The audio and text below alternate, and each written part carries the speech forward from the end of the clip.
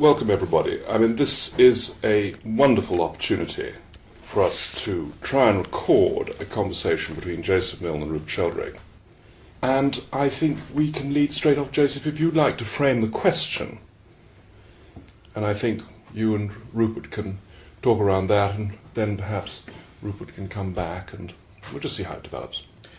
Okay, yes. I suppose the question that in a way springs from looking at the Heidegger piece. I don't know if you all had a chance to look at it. But what is so interesting about it is he draws a most marvellous comparison between the Greek way of seeing things and understanding things and inquiring into things and the modern scientific way of doing this. And the differences are phenomenal. In fact, the differences are so great that, in fact, we see that the Greeks actually occupy the world in a different way. That's what's going on. It's not a different theory of things. Now, it seems to me that philosophically and scientifically this is extremely interesting, because it seems to me that we are confronted at the present time with a demand to look at reality differently. You know, obviously scientifically, which is in your field, but politically, religiously, in every possible way, the same fundamental questions are arising about how we actually apprehend reality at all, in an absolutely fundamental way. Does that question make sense to us? Perhaps I'll qualify that, because some of the things that I've seen in the scientific realm that in a way make claim to get beyond the bounds of modern science, to me don't get beyond. And I'm sure that's a difficulty that you must have come across. That they're in fact really extensions of the same way of looking at things. You might interpret things differently, but it's still essentially the same thing.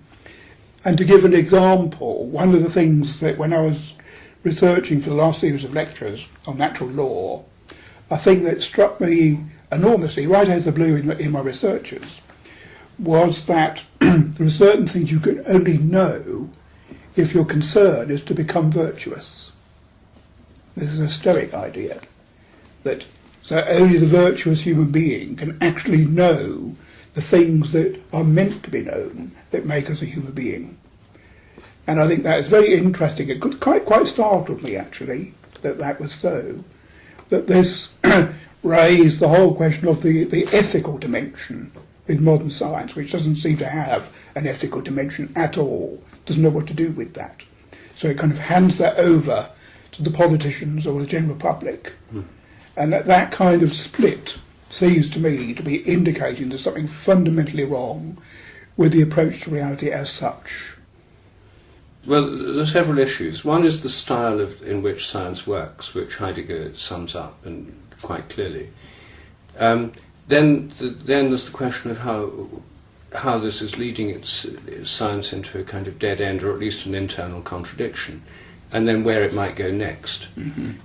And first, I think the split's absolutely right. I think in the 17th century the split was, it was where religion and science had to do some kind of deal, and the deal was science gets the whole of nature to understand in terms of objective, or would be objective, rational, mathematical thought, and religion gets the realm of spirit or consciousness, as Descartes put it, yes.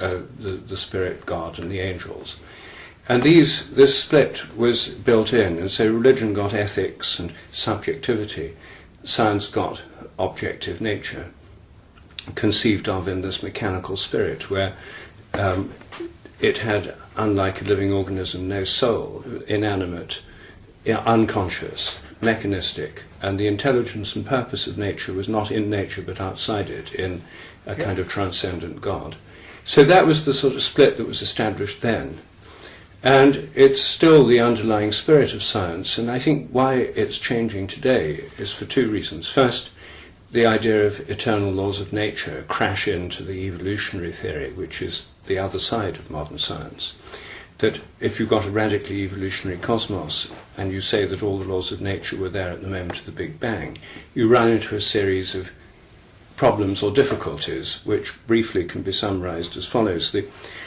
If the laws of nature are all fixed at the Big Bang, and since the universe seems to be constituted in such a way that life can exist and we can exist, whereas there could have been thousands of other conceivable universes where we needn't have existed.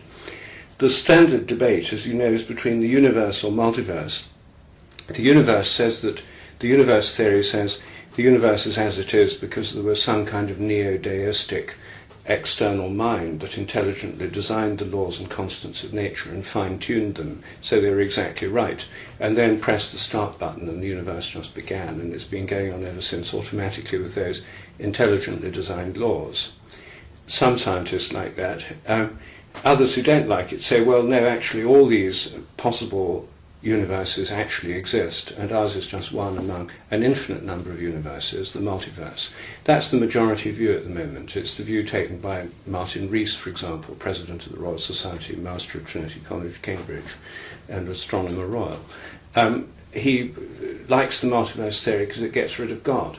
But now, then the latest twist in this debate, some theologians have weighed in and said, well, if God's an infinite God, he must be the God of an infinite number of universes. Now God's reappeared as the God of the multiverse.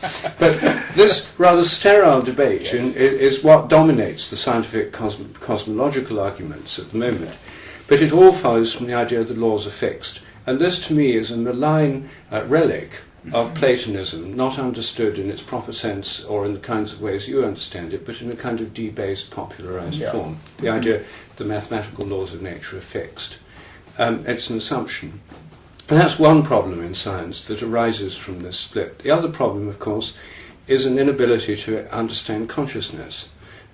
Consciousness is nowhere to be seen in a mechanistic universe. It's expelled from it.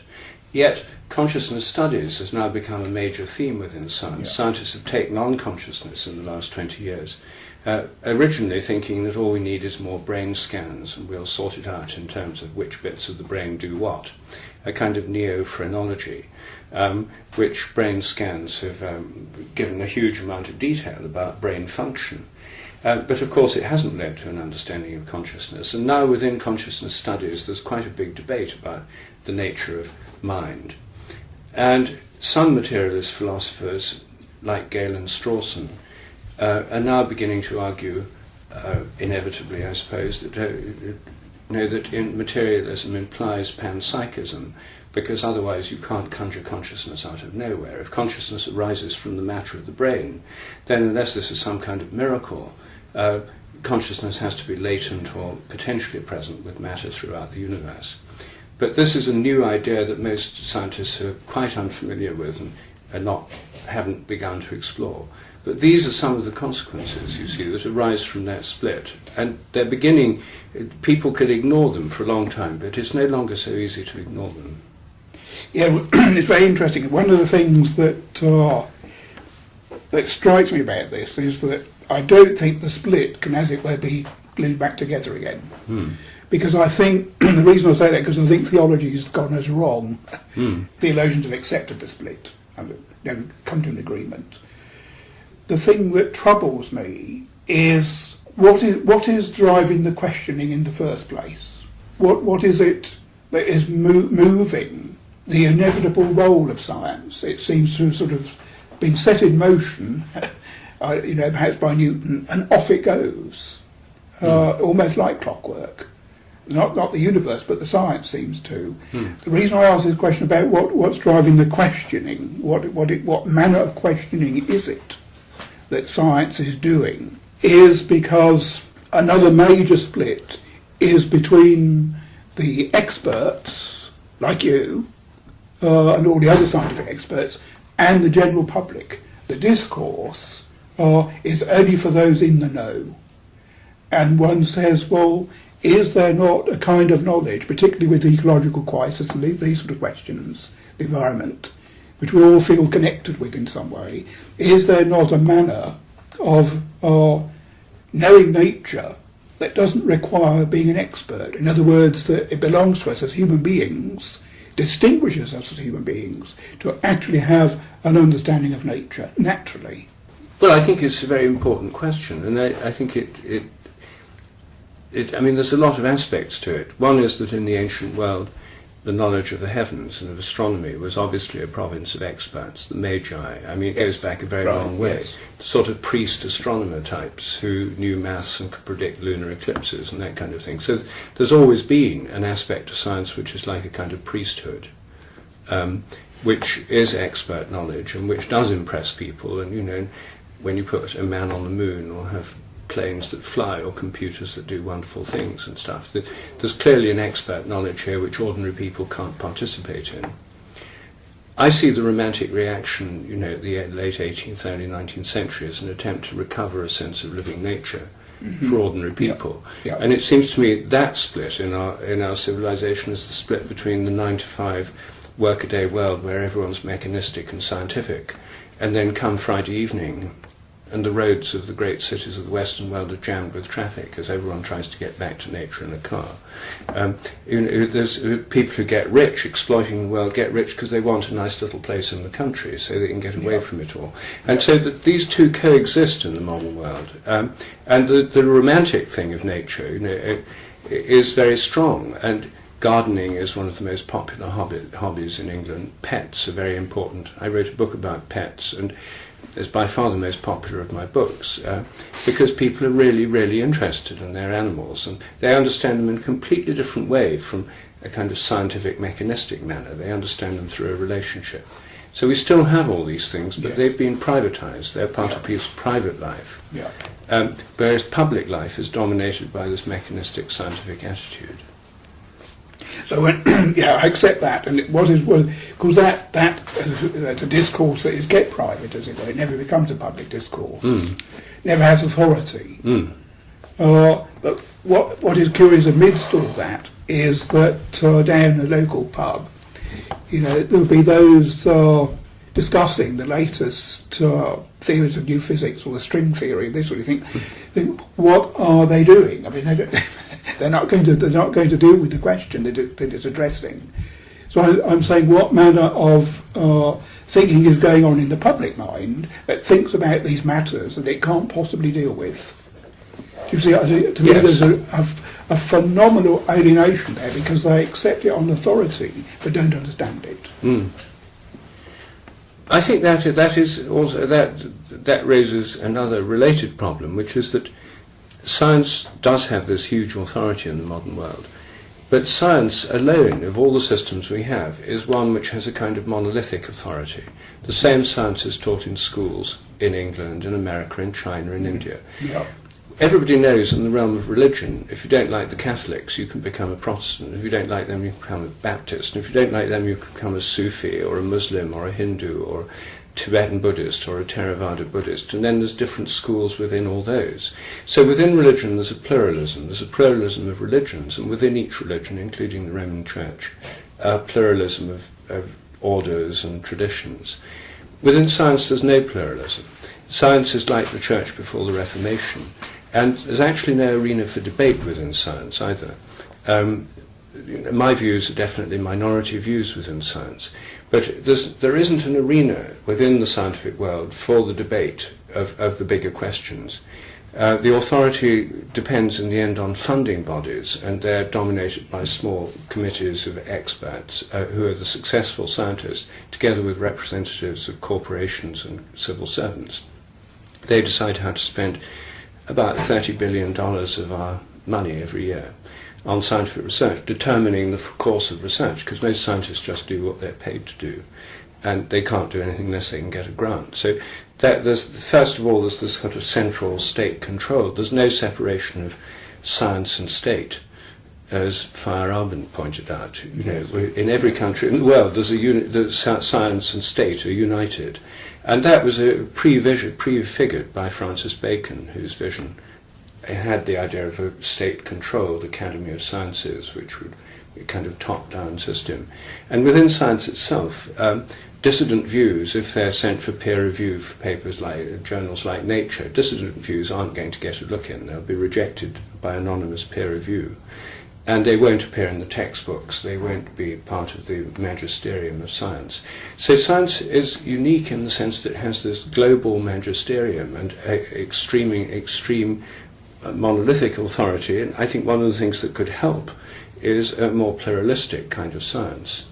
If there was an alternative Royal Academy, say the Academy for Integrative Knowledge or the Academy for Regenerative, the Regeneration of Nature or something like that, something with a different focus, which would include alternative medicine, more integrative kinds of science, which could have a different system, a rival or an alternative system of authority and respect. But at the moment we have only one. We have the Royal Society, in America the National Academy of Sciences and so on. So I think the alienation is perpetuated more than it need be by the actual structures that sustain science in this kind of pre-Reformation form. Granting all of that, where is that commitment coming from? Why is it the government, scientists, I mean, well, perhaps scientists with a bit of protest, but essentially if they want the funding, they pull toe the line. It seems to me there's an underlying cosmology that's committed to. There's a notion of the universe that's been committed to, that then science, as it were, and all sorts of funny things going on in medicine, unethical things going on in medicine, that sort of follow after. But that thing which is initially committed to is never actually articulated. You see, but I think the myth underlying it is science as a salvation of mankind. And right? I think it's a secularized form of Christianity. I think, John Gray is very good on this. I don't know if you read his stuff. He's an atheistic philosopher at LSE, political philosophy. But he's very, very against the new atheists. And what he says is, his latest book was Black Mass, and about millenarianism and the decline of the West or something. His view is that a kind of the quest for salvation, the Judeo-Christian myth of history is that there'll be a kind of salvation at the end of history, either by a saviour or divine intervention, but there'll be a transformation of history through millenarianism, which broke out in the Middle Ages many times. And this was the strand on which Bacon played, and saw, not through divine intervention will nature be transformed, but by man's God-given reason. And the whole enterprise of science was then for human knowledge and power to achieve dominion over the universe, as Bacon put it. So it was knowledge and power. It was a kind of Faustian. I mean, Faust is the myth of science. Yeah. And so it was this Faustian urge for knowledge and power, and then that feeds into the whole Enlightenment agenda and progressivism. And Gray makes a very good case that in the main Enlightenment political movements, neoliberalism, the idea that the whole world can be transformed through unrestrained science, technology and capitalism; Marxism, the idea that through scientific planning and transformation; and National Socialism, which was also based on a scientific creed, highly technological and scientific in its ideology. All of these are modern ideologies, and one of the latest manifestations is the kind of atheist agenda, Dawkinsian rationalism, the attempt to eradicate science, superstition and religion. That's his aim.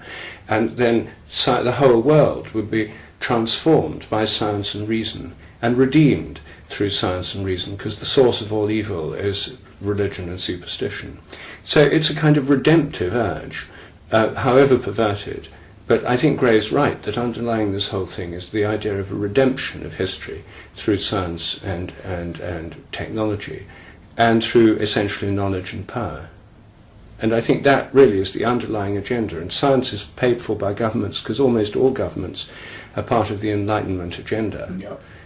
The whole world has been converted to economic development through science and technology, the Enlightenment agenda. It's succeeded where no Christian missionaries or Muslim missionaries ever succeeded. It's converted the whole world. And what's more, the system of science that it's based on is still uniform the whole world over, the same in China, India and everywhere else. So it's been an extraordinarily successful takeover of the world by an ideology with various shades and flavours like Marxism, National Socialism, neoliberalism, and now rationalism, atheistic rationalism. If I could just chair this for a second and just ask you both, because I think, in a sense, Rupert has stated his position beautifully. As I understand it, there is a problem as to what actually caused the split and what was specifically lost out of the ancient world that might, by being recovered, change our worldview. what actually happened to cause this enormous schism which cut off a whole area of experience and life, which we mourn. I think there is a sort of either a nostalgia or a mourning or a sense that if only we could recover it in some way, we would modify our worldview. What is it that we need to recover? I mean, good question. What Rupert said, the history is absolutely spot on. I think we're in total agreement about that. But what evades us is what brought it about. And what actually is involved in confronting it, really confronting it. Because I think one of the difficulties is this modern commitment to what you call it, as it were, the mathematical view, as it were, is not seen for what it is. It's a very, very interesting problem. There it is, it works, everyone's committed to it one way or another, or regardless of what school of thought they would think they belong to, they're bought into this. But they don't actually see its nature. Now the interesting thing is that what, not in this essay so much, but elsewhere, he says, because we don't see its nature, it has a destiny of its own. And his example for that is in fact modern technology. That we are in fact being dragged along by technology. And the reason we're dragged along by it is we think we're masters of it. And because we think we're masters of it, we can't see what it actually is. So, just to go back, Joseph, you mentioned at one point that science is not addressing the key question. Culture is not addressing the question. What is the question you're talking about? How does this come about in the first place? So we see historically it happened. You can see hints of it even in the late Middle Ages with nominalism. These little moves that questioned universals, for example. So all sorts of tricky little things happened, and you see the shift in thinking about the divine. In a shift from thinking about the divine in terms of being to that of will. And that's a fundamental shift. And it seems that the change in the conception of God was matched by the change in the conception of human nature. So the will becomes the essential quality of human nature. So the will rules the reason. With Bacon, that's very obvious. The reason is in fact subject to the will. And the will, of course, is never questioned. Because it's going to be useful. So there was a shift in the whole of Western culture's commitment to what is true. And yes, we can trace what happened with the church, we can trace all, but how on earth does a commitment to what is true come about? How does a change in commitment to what is true come about? And critical. Absolutely critical. And what's your answer to that? Well, I don't have an answer, that's why I'm asking. Could I suggest the answer is in your question? You read out earlier, virtue is required if knowledge is to be received. Well, I think this is so interesting. Here you get a glimpse now, of a one of the absolutely fascinating things, and an absolute given in certain schools of psychology, is it is taken as a virtuous act to recover the repressed parts of the personality. That is considered a virtuous act, and it actually leads to a sort of healing. So here you have a statement out of, I don't know, whose was this statement? This is the Stoics. There's a basic virtue is required if knowledge is received. Exactly what the Sufis say. The Sufis say knowledge is conferred. And the idea, to me, is absolutely fascinating, that virtue is required if knowledge is to be received. And I would say that ties up precisely with the insights of the best of modern psychology, was actually what I was trying to say. I said rather badly. But I think virtue, and when you look around us, the one thing that is missing from public life is virtue. And if I could just add on to that, why does Mr. Obama have such a great effect? And I would argue that it is because he actually is virtuous. His family is intact, his children, he obviously loves his wife, he's a good man. And that is recognised, almost like it's just people's sensitivities just pick it up all over the world. They just know that he's a better man than the predecessor. And so I think there's something absolutely fundamental in this virtue thing. The thing is that the interesting thing is that putting knowledge and virtue together like that alarms modern thinking completely. Does it, Joseph? Why? It really upsets, tell Dawkins, your friend Richard. But it's true. Tell him what he needs is to be virtuous, and then he would change his view. I mean, he'd be terribly alarmed at that. He assumes he's already virtuous. Yes, no, he assumes he is. I mean, a lot of scientists think they're virtuous because they're devoted to truth. They're not in fact, but I mean they imagine Yes. that science is uniquely devoted to truth, evidence, reason, You logic. see that is so, because what is it they're calling this devotion? You see, that is a commitment. What is that? Do you see what I mean? Yes. It's totally interesting, and I'm not saying I can understand it, but I can understand being drawn by the fascination for things, which I think is partly why you're drawn to science. I pick Yes. up in your writing that there's a wonder that provokes, as it were. I can understand that, but when we have a whole 200-300 years of an entire culture committed to this, committed to a destiny, as you described, committed to a salvation at the end of time, as it were, you think, what actually is that? It's not actually being thought. It's there, and it's acted upon, but it's not actually in reflection. No. Now that to me is terribly interesting, you see, that they've kind of hidden things of that kind, that actually underlies what's going on, Yes. which Richard Dawkins says he claimed are just pure reason. That conceals what he's really doing, doesn't it? Oh To yes. say he's just rational, no one else is as rational as he is. This conceals his own agenda, which he probably doesn't even know. Well, his agenda, he would claim, is simply the restoration of the Enlightenment agenda. Yes, well, so yes. he may be right. So, what is the Yes. Enlightenment agenda? I mean, this is the suite that's swept along the entire current of Western civilization. It dominates our educational system. It's the agenda underlying most education and media. Yes. The serious media are all dominated by it. Yes. It's the agenda into which all educated people are converted or inducted. And so what exactly is it? I mean, it's very widespread and it dominates everything.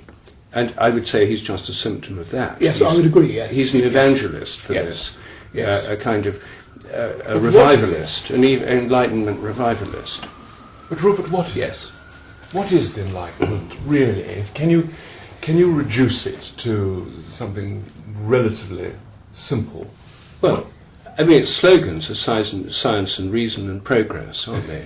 Absolutely. And progress means moving forwards to something better, and it's actually really this idea of some kind of salvation at the end of history. That's not itself rational.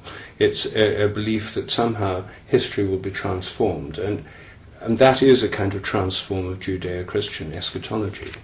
The idea there's an end, a goal towards which history is moving. So that's part of it. That's the kind of religious component of it. And then the science and reason bit is, the science bit, I mean, the 17th century, many people, I think rightly, say that the reason science became so established in the 17th century was the 30 Years' War. All over Europe, Protestants and Catholics were killing each other.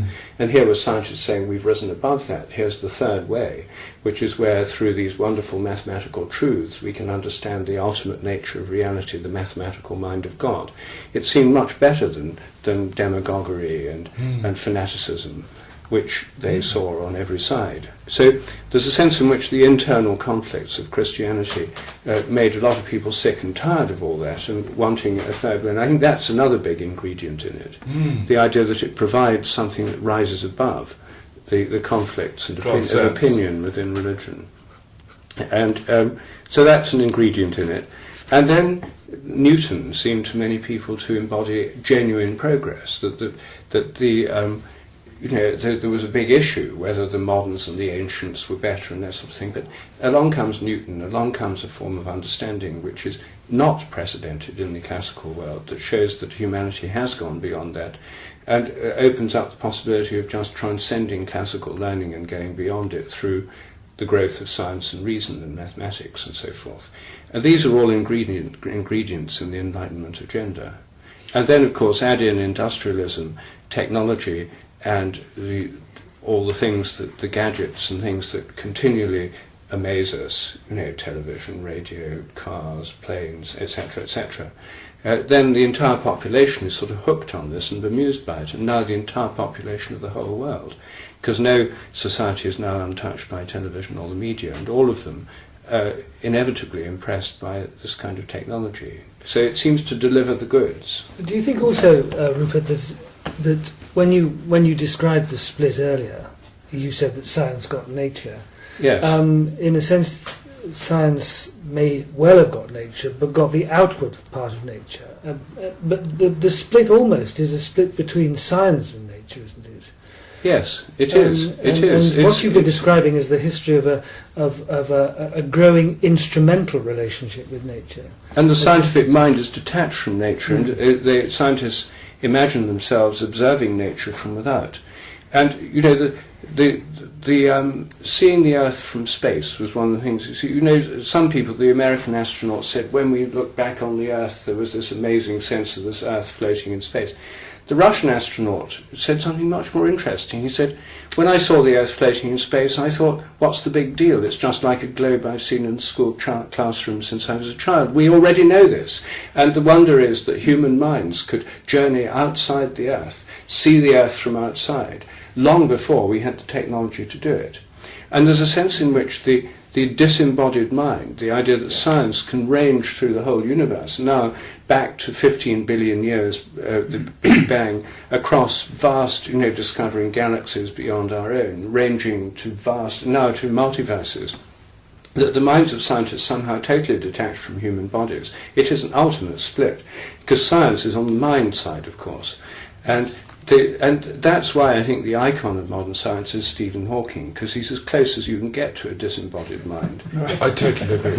Yes. Terribly interesting. I do think that complements the banishment to God outside reality. So Yes. the strange thing is the human mind has put itself where God used to be. Well, Exactly. where God now is also. Exactly that, yes. So, It's now beyond space and time, Yes. outside the limits of this Earth, of the solar system, of the galaxy. Yes. It's sort of looking at our galaxy as one among billions, hundreds of billions of Yes. other galaxies, and our universe now is one among hundreds of billions of other universes. Somehow our minds have risen beyond the body, the limitations of the Earth, to encompass the entire universe in vast spans of time, a godlike view. and of course, this is interesting because this is a fantasy. Yes, But it is Sterile. actually, Yes. yes, it is a fantasy. sterile. It is very, very, but it comes under the unquestionable name of objectivity. yes, See, and of course we're back now to Descartes, the idea, you know, of the subjective knowledge and the objective knowledge. So we found part of the commitment, this mind outside everything looking in, as it were. That is the kind of commitment to reality that's at play. yes. You think, well, what is the point of that? What is the point of being outside reality looking in? Yes. I mean, what Well, we it's get, being like God. being like God. It's being like a conception of God Right. as an So it's external mastery. mind. The mechanistic Yes. conception of God is, the mechanistic conception of nature is that nature is not an organism.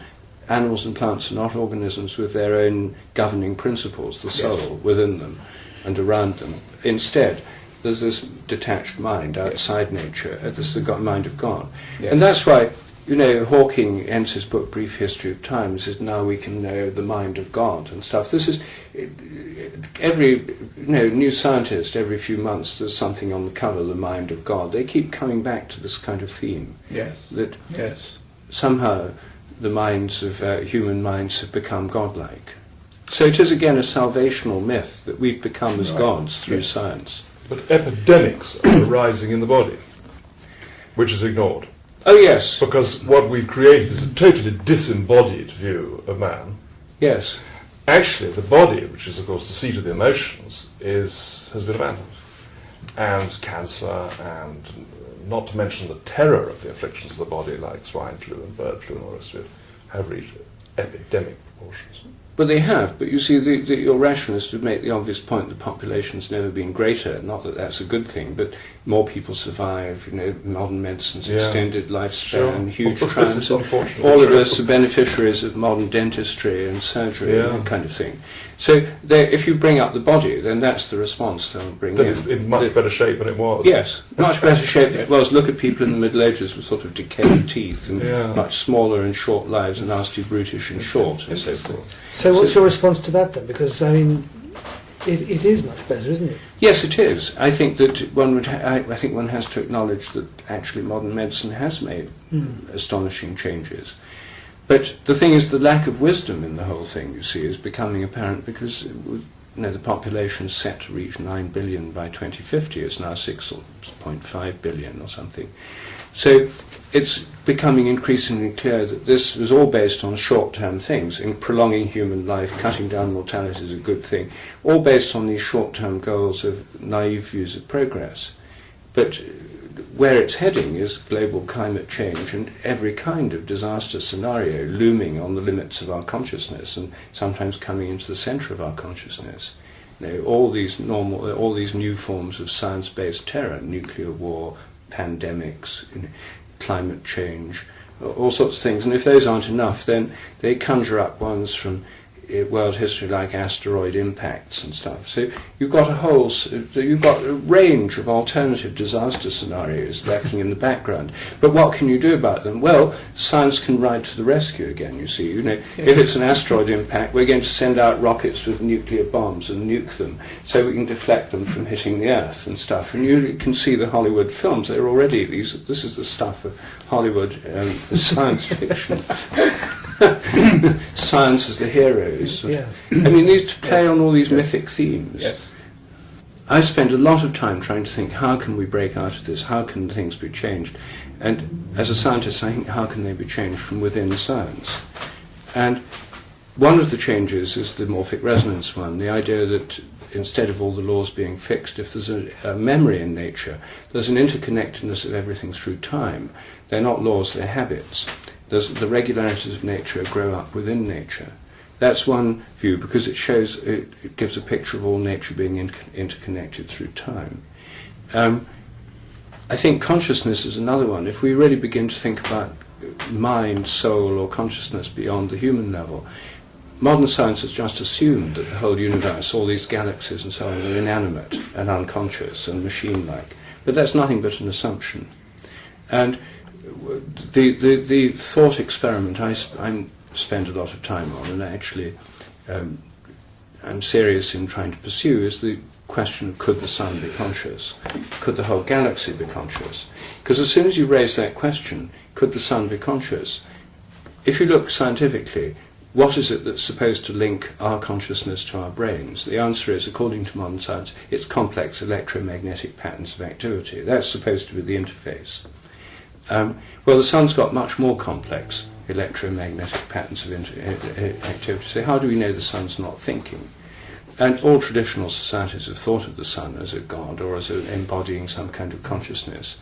Young children, when they're asked to draw the sun, draw it with a smiley face. This goes very deep in our history, in our historical consciousness. And then if the sun's conscious, then what about the whole galaxy? Could that have a greater mind of which all the different suns are part?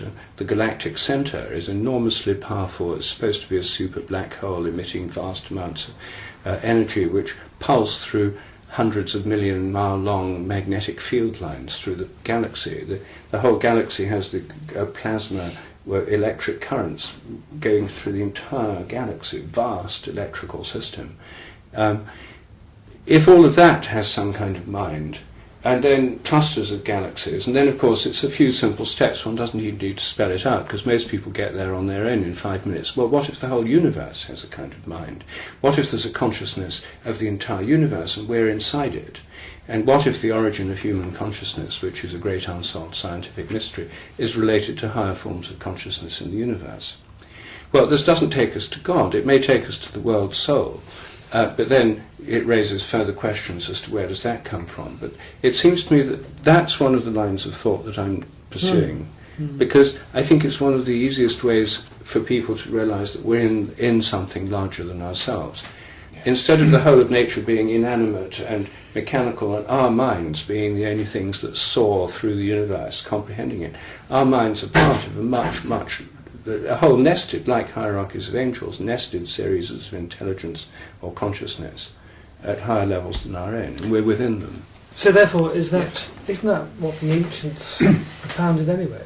They certainly understood the universe as intelligent. I mean, there's no question about that. We probably wouldn't have used the word consciousness, but no. That's the modern. The interesting thing is that they related to it as that. And this is the kind of thing that puzzles me, that what is it to do that? See, we can adopt a different explanation of things, but still carry on in the same old way. We can, we can end up incorporating that into an Enlightenment view. Yes. And this seems to be so. We actually stay where we are, but with new gadgets added on, as it were. Yes. So it still becomes more of the same. And this is why it so struck me, particularly when I was looking at the Stoics. It's very clear that if they wanted to know what to do, they consulted the universe. What is the action that will be in accord with the nature of things? And this is an ethical question. I mean, Marcus Aurelius, his whole meditations is with that central idea. And Cicero's idea of natural law is the same basic position, so that we no longer know what it would be to consult nature in this way.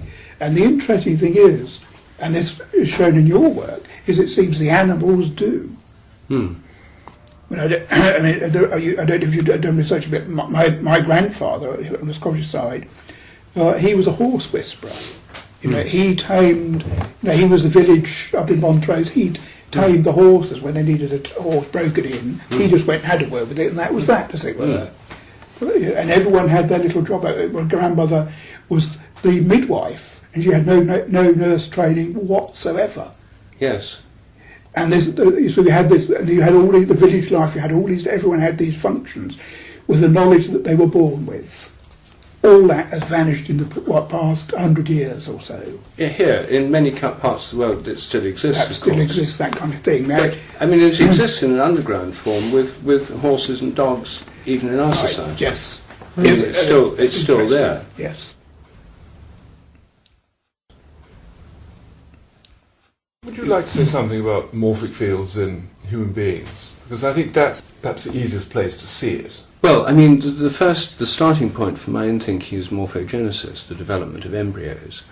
This is one of the great unsolved problems in biology, because biology, at the moment, being reductionist, tries to explain everything in terms of molecules, genes, proteins, and so forth.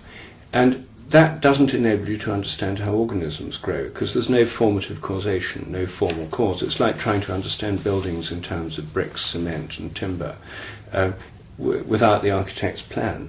And you can't do it, and that's the basis of my wager with Lewis Wolpert. He thinks you can, and I'm convinced it'll never happen.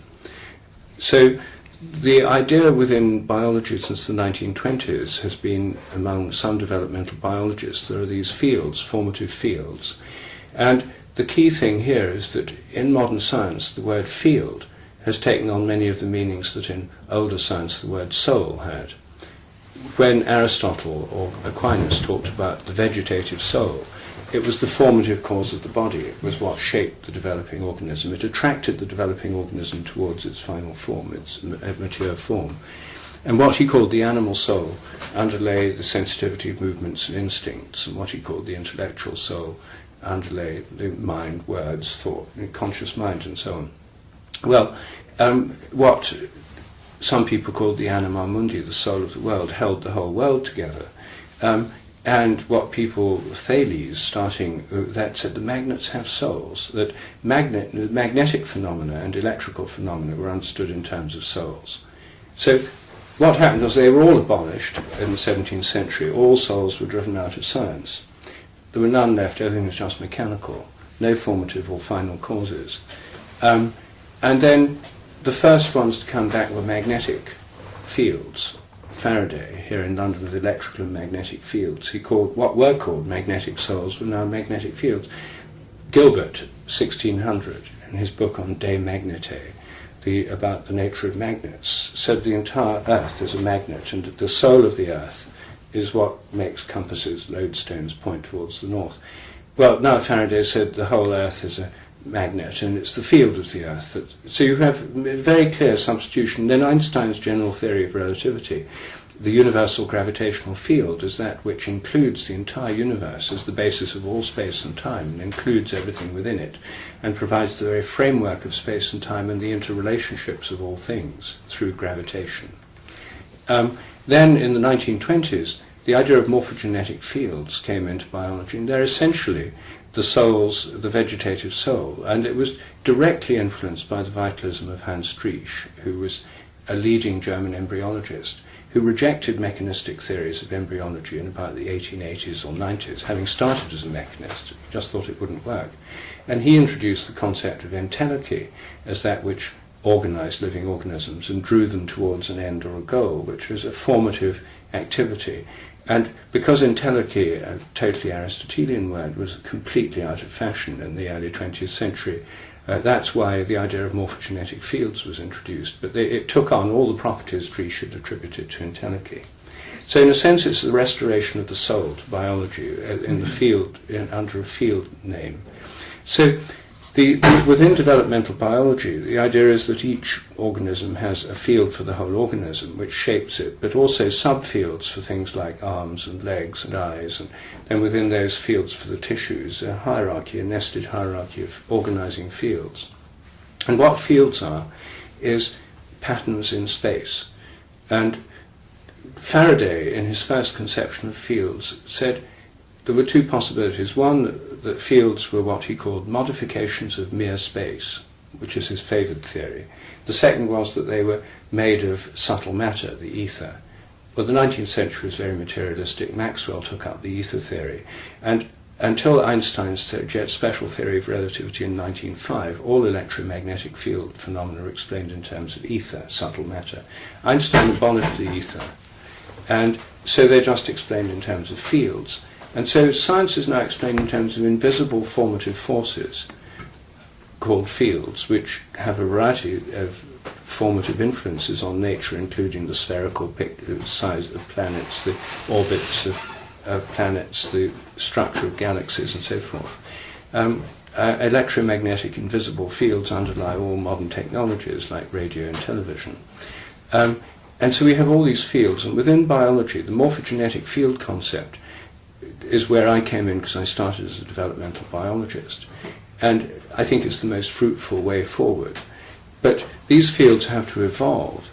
They're not carried in genes. Genes only carry the code for making proteins, the sequence of amino acids in proteins. So there's another form of heredity, and that's where my idea of morphic resonance came in. The fields are inherited as a kind of memory, based on similarity, a kind of sympathy across space and time between similar things, which is why I was very attracted by that passage in Plotinus about the sympathy within the all-soul, where all of nature is an organism, and there's a sympathy between similar things. Resonance is acoustic resonance is based on similarity.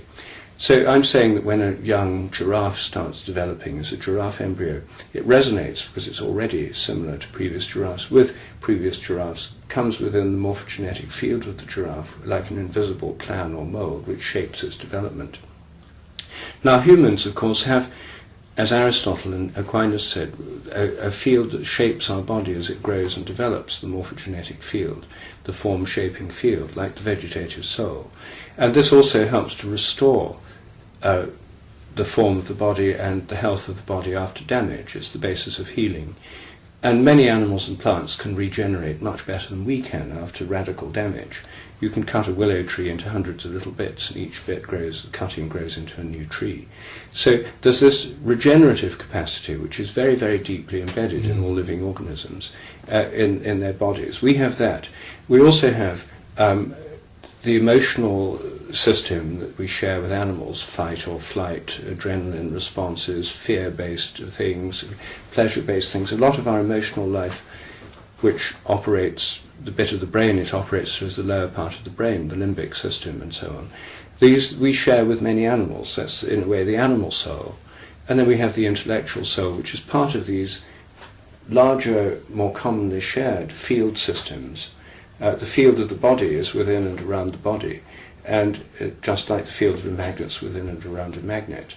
And so these fields all depend on memories, so we inherit our form from our ancestors by a kind of resonance. We inherit our animal nature from our human and pre-human ancestors, and we inherit our human nature also, and our cultural inheritance through a kind of resonance. All of these are inherited through a kind of resonance, not through genes. which only account for the proteins we can make in our bodies. And so our heredity includes this biological heredity, mostly from our parents and ancestors, our cultural heredity that we inherit when we learn a language. We do it largely through resonance, so hearing it and resonating with those who speak it. And Chomsky came to the conclusion there must be an innate component in learning language, because young children couldn't possibly learn it as easily otherwise, not by standard psychology. There has to be something innate, and he assumed innate meant genetic. The modern belief, most people equate the word innate or hereditary with genetic. With genetics, I'm arguing, is only a small part of heredity. Most of it's based on this resonance. So our nature is resonant with things that have gone before. As Jung said, there's a kind of collective memory on which we all draw.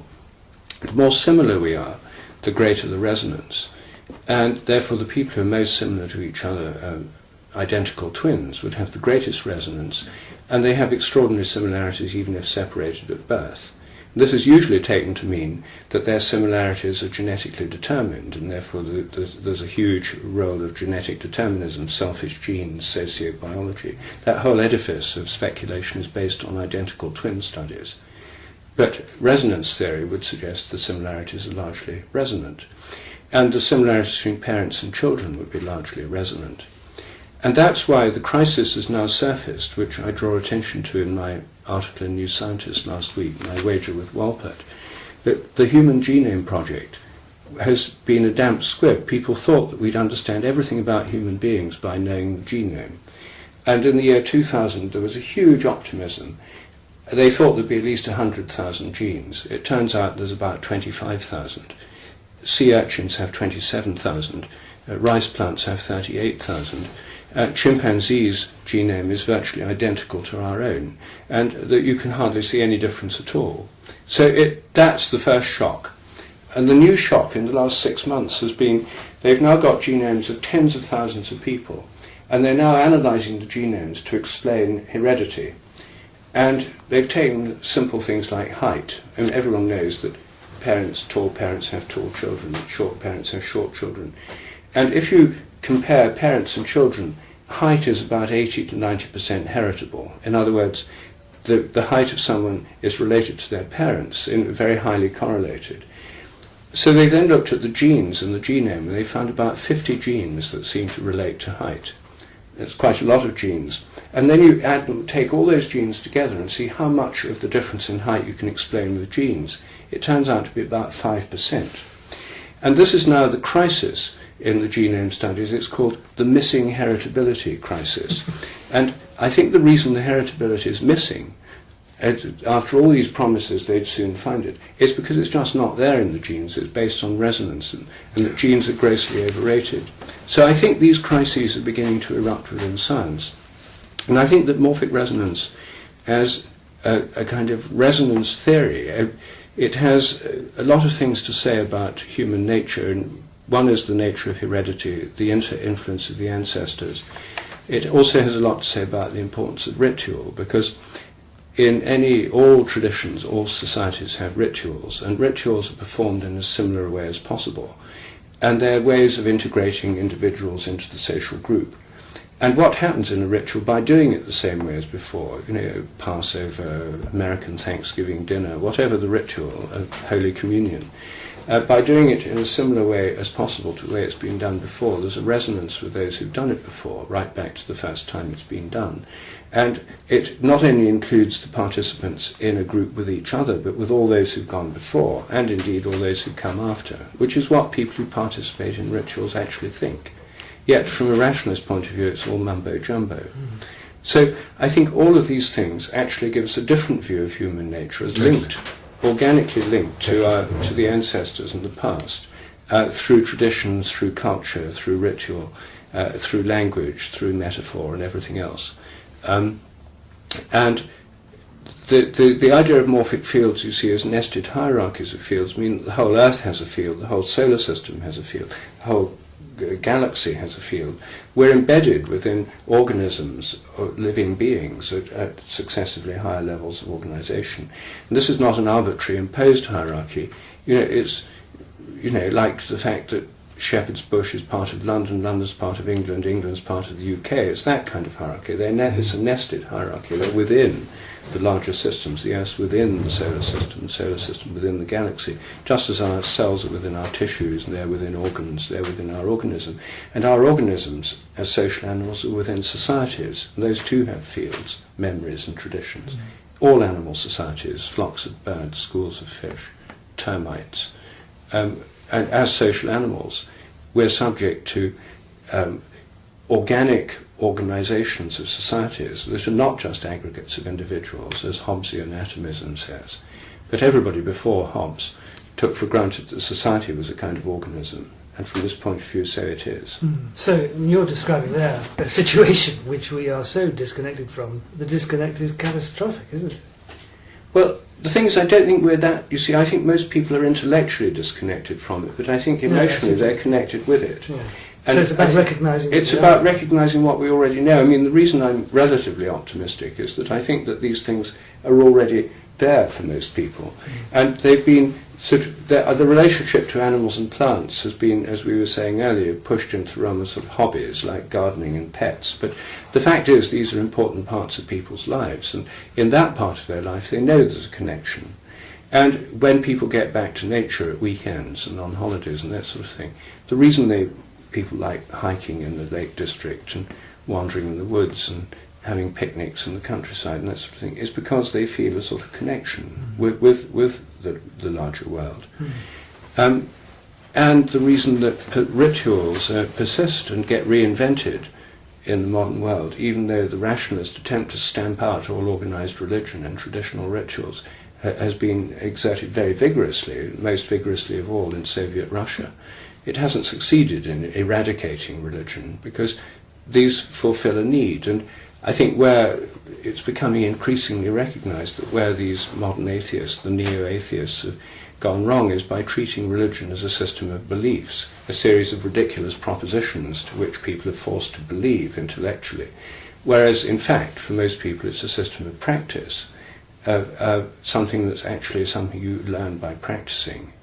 And so I think what's happening is there's a clarification now of the role of religion through this atheist onslaught, that it is more to do with practice and experience than with intellectual belief. And certainly in the field of psychology there is some astonishing work beginning to take place, which Rupert knows well, on the constellation of fields for families. So that if you have a systemic problem in a family like alcoholism or whatever it might be, you actually constellate the family field. And by working with it, you can... The Sufis have done it for 1,000 years, I might say. And it really is, I don't know how that ties up with the way the Greeks thought, but you just have to see it to comprehend it. It's simply astonishing. And it does seem that when 2 or 3 are gathered together in thy name, something pretty strange happens. And so I think it's seeping in. And maybe if the field is always there, we go through these periods of enormous sort of dislocation, but the field gradually seeps through. You know, I make a couple of remarks that what is interesting about it in reference to the Greek way of thinking is that it is in fact it is seeing things from the point of view of the greater unity. And that is actually the key to that. That is a fundamental difference in perspective, in how the Greeks grasp reality as such, is their eye was on whatever was a unifying principle of everything first, and as it were, the parts would explain themselves afterwards. Now that, it seems that is what's been displaced in this piece with the Newtonian view, where in fact you have the least. Space now just becomes the empty distance between things. It's no longer place, it's no longer home for anything. This kind of emptying of reality to the least, as it were.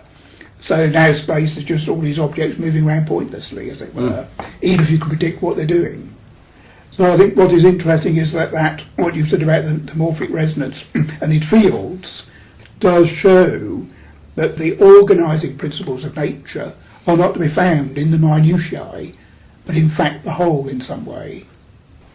The thing that worries me, and theology is actually my background, and I have to know that the theologians are even worse than Dawkins, I promise you. Yes. A singular thing strikes me about it all, and that is it remains completely and totally inarticulate.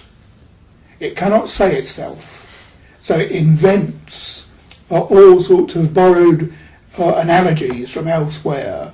So you get, the new physics of mysticism, this kind of bizarre thinking. Now, that inarticulacy seems to me to still be at the other side of the problem of the supreme articulacy of science. Science simply pronounces, and that's the end of the matter. The religions can't pronounce them, even if they're getting on with it, as it were. And I accept what you say about ritual, etc. And it's always been understood that rites are a ritual remembrance, that it is a repeating of the eternal things, as it were. But if this remains outside the spoken discourse of a culture, there's still something terribly, terribly wrong for it to be underground, as it were. Yeah. And that seems to be that the modern situation forces it to be like that. You see, that's the difficulty of it. The Enlightenment put it there, and there it stays. Because there's no coherent natural theology or natural philosophy. Yes. So what happens is that if like the religious stance, we say, the religious stance which belongs to human nature as such, doesn't have a language it can call upon anymore. So it may be borrowed from elsewhere, but that means also it can't actually perform itself. So what in fact happens is that it remains, if we put it this way, and you see most modern theology is doing this, it remains within the Enlightenment cosmology. Yes. It actually takes that on completely. Yeah, Yes. that's the danger. Absolutely. So it is oblivious of the fact that cosmology, which a lot of Polkinghorne, these are people, he's a physicist that's gone over to the Anglican Church, which is an awful, ridiculous thing to do, from both points of view.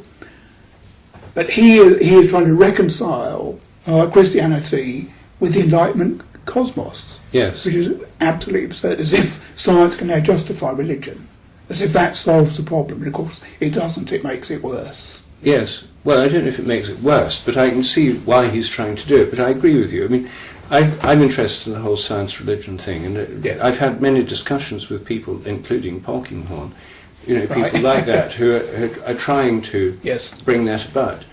The more interesting thinkers that I think of is, Father B. Griffiths, whose ashram I lived in for 2 years, and I knew well. Right, yes. He was not like that. He was very much he was drawing an inspiration and a language both from Western philosophy. I mean, he was very well up on Greek and medieval philosophy, and also Hinduism, and particularly Hinduism, the Upanishads, and so on.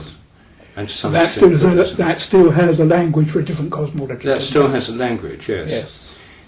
And I think that theologians like Rowan Williams have, steeped in sort of orthodox theology, which still has some kind of language and sense of this connection. I find him enormously impressive, and his writings I find some of the best among modern theologians. He's not really an Enlightenment. He's not trying to, like Polkinghorne, sellotape together Enlightenment, rationalism, and Christian theology. Yes. I would, not denying the goodwill and the good intention, and perhaps in the past decade or so, as a feeling that there is a problem to be addressed, which even 10 years ago there was no awareness of the problem to be addressed. But I thought one of the most interesting things in your lecture on Providence really fascinated me, you see, because one of the greatest gaps in the whole of modern thinking is teleology, or the sense of things being drawn towards a goal. Because this was totally ruled out by Enlightenment rationalism. And science is seen as progressive, but the goal is so vague and inarticulate, as you said, that I suppose the goal would be total power, total knowledge, and total domination of nature, and some kind of completion which never happens. Yes. But the idea that there could be an actual causal influence working from the future, a genuine, that teleology could be real, both within biology and in the cosmos, and I think in consciousness, is a really interesting point. And Whitehead thought that one had to take into account some kind of causal influence of the future in consciousness. Right. And Yes. I'm just in the last year or two coming to the conclusion that actually, if we're going to understand the relation of the mind to the body, it's not that one's inside and the other's outside, a spatial metaphor. It's that the mind inhabits a world of possibility, of things that haven't yet happened, of possibilities, of virtual futures. The consciousness, its main role is to choose among them. And in the sense, the causal influence of the mind is working from future towards the past. The causal influence of the body and the material world and energy is working from the past towards the future. And what happens in the present is these two causal streams interact. And it's really an interaction of differently moving causal streams. And interestingly, there's quite a lot in science which allows or even suggests the existence of these kind of opposite direct future past influences. Yes. And this is an area where some of the more forward-thinking scientists actually speculate at the moment. One of the forms it takes is in discussions of quantum theory. Another is in consciousness studies, and another's in parapsychology, because of course there's empirical evidence for precognition and that sort of thing. But what nobody has is a clear idea of kind of evolutionary teleology. There have been various prophetic voices, like my friend Terence McKenna, who thought in terms of an eschaton which was sort of pulling the evolutionary process towards it. Teilhard de Chardin tries to think about that. But there's very little in that way of thinking. And your idea of providence as pulling things towards a unity or restoring a unity was, yes, to me, a very, very interesting point and really fascinating. Lost from Western thought. Lost from Western thought. Yes. It strikes me from what Yes. you've just described there, that really in a way that the problem is that we get a bit seduced by time. What you've described there is something which It's a different nothing to understanding do of with time, in time. a sense, is it? Future, past, it's there. Well, it is. Well, it's a difficult question, you see, because the traditional physics was traditionally based on the idea that time's immaterial, that the laws of nature never change, the total amount of matter and energy never changes, and nature just goes in cycles. And in a sense, that's a classical kind of view found all over the world. The Judeo-Christian view of time, which is of a developmental process, is a very different one, and that's what gives us the whole drive of Western civilization and the whole, in its secularized form, the cult of progress. And then, first, a vision of biological evolution. I mean, it starts with human progress and the Enlightenment, but biology and nature was static. Then with Darwin, this progressive aspect is extended to all life. And then with Big Bang cosmology in 1966, it's extended to the entire universe. But it started as a purely human progressivist view, then it extended to all nature. But with that view, there is a radical difference between the past and the future. Whereas in many ways the classical view, the more cyclical view, is more a sense of timelessness. And this is a real difference between Western and Eastern civilizations, because the Hindu view of history, of course, is that you have great cycles, but within a cycle things start off very well with a golden age, and then they gradually get worse and worse, and we're now in a Kali Yuga, the sort of dark age at the end of history where everything's falling apart. And then the whole universe will be dissolved and recreated, and there'll be a new golden age. So that's, in a sense, a view of history as a downward process towards chaos, the dissolution of families, the confusion of castes, the destruction of harmony between man and nature, or at least the humans and each other, and with the world around us. I mean, a pretty good description of what's actually happening. So you can see it that way. Yeah. But they've now been educated, all educated Indians, starting with Nehru going to LSE, the educated classes have all been filled with Enlightenment rationalism. They all think the future is sort of computer programming and ever-increasing technology. But all these things are born out of a view of time as having a polarity, Yes. a real difference. Yes.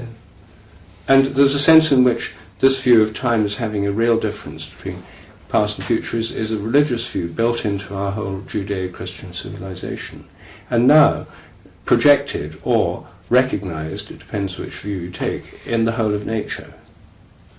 One of the things that it needs to be brought in to complicate the providential view is fate as well.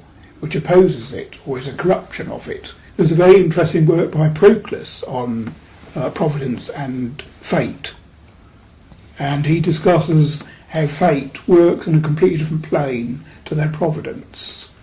And what's the difference? What is the difference? Essentially, the providential or the destiny of things, the true destiny of things, is kind of the higher intellect belongs to that realm. But if human nature lets itself forget that and be governed by its lower nature, like the biological level, that becomes its fate.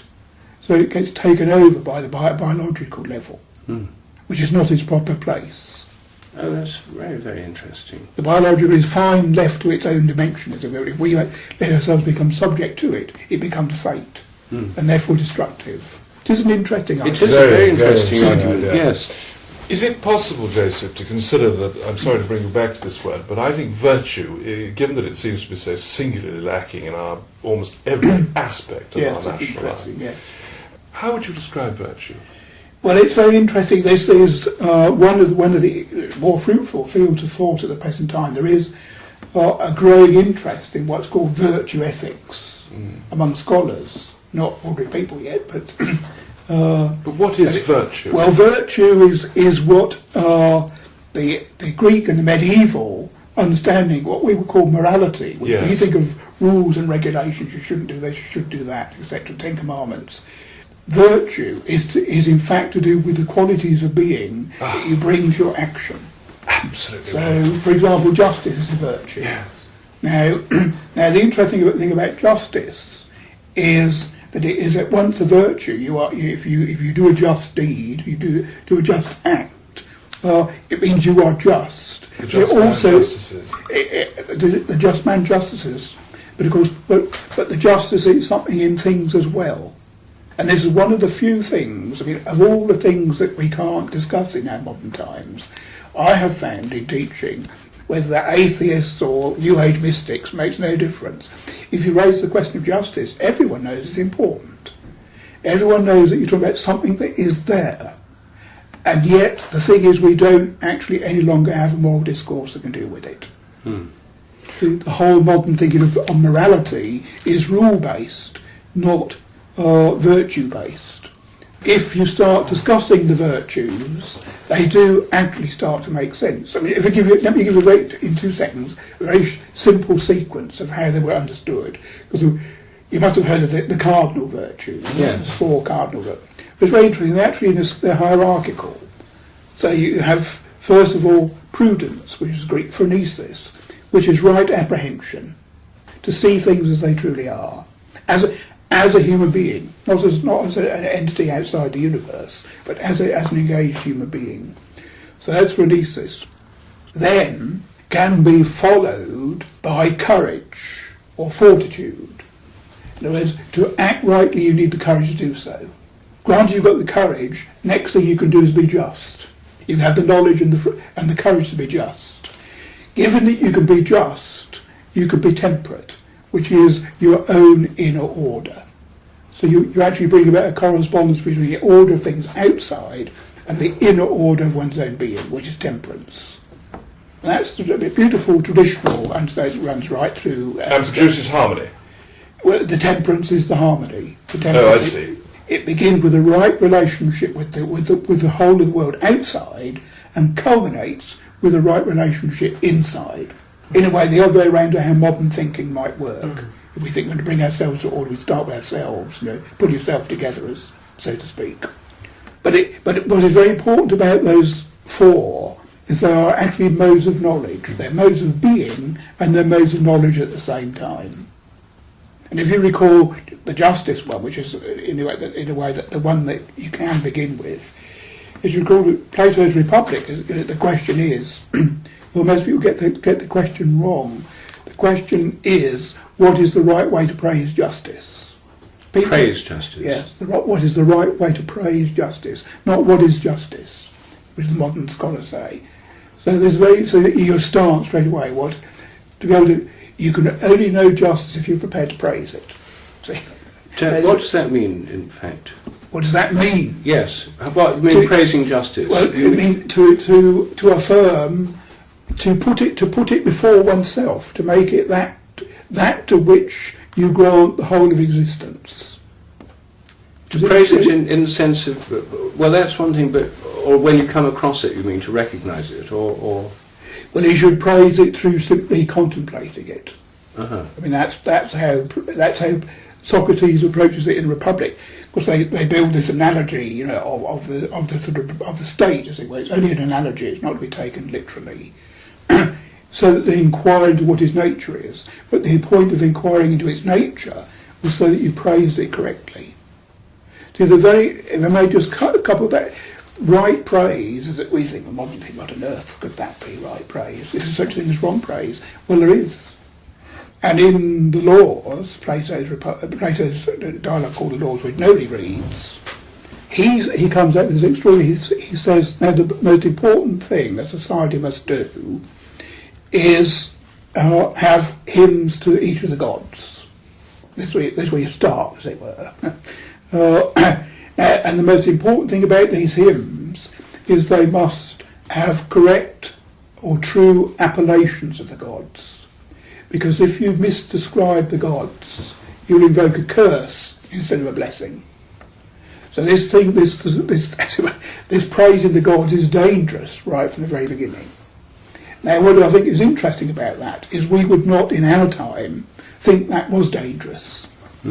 We think we could say any old thing, we could give any old description of the gods or God, and it wouldn't really matter. But to the ancient mind, it is full of consequence.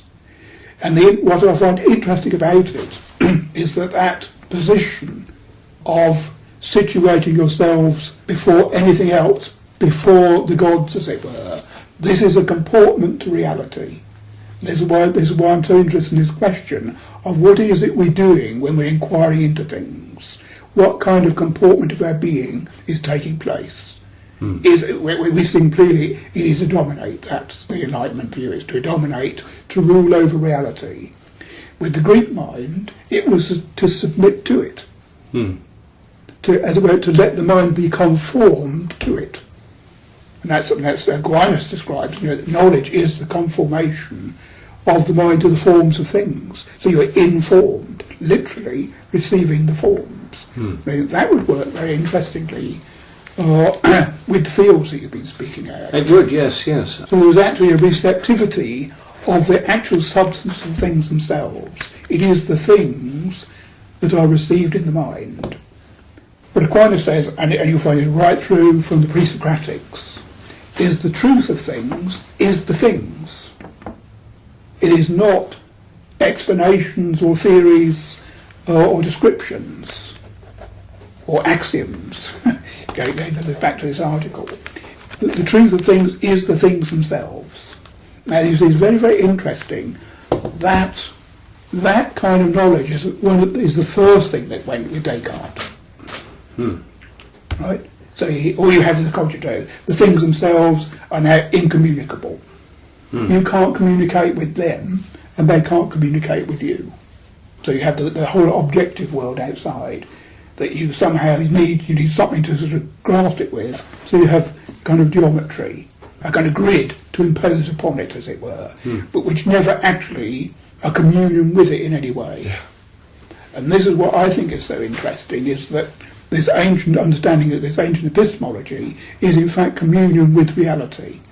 And on that basis, you suddenly see that from that level, that what is known can come out as poetry, philosophy, or science. What could be articulated from that communion with things can manifest in any of these three discourses. It's so interesting, because Rilke has that lovely thing when he says, perhaps our real task here is to name things. Yes, absolutely, yes. Bang. Yes, that's And it. then he goes on and Yes. says tree house and so on. That's it. So that absolute, which is what actually a lot of the Speak the Indians thing. said. Well, is this part of Goethe's critique of Newton? Oh, that seems great. Yes, I He very much emphasised the quality. Yes, didn't he does. And what it seems to me that you're describing there when you talk about the gods is really the qualities.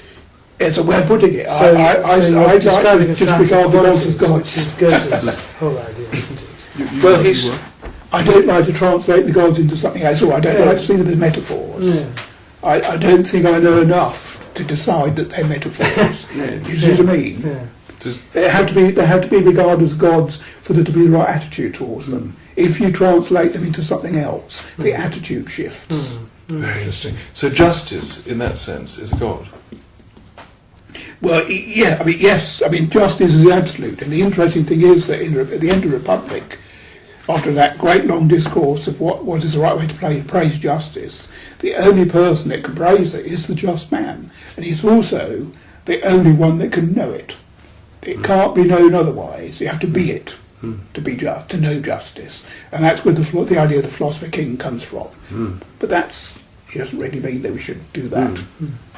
But this communion with reality, like Goethe, I mean, I've always been interested in Goethe, and actually it so happens I'm rereading The Metamorphosis of Plants at the present. Oh, right, yes. I was asked to review a new edition.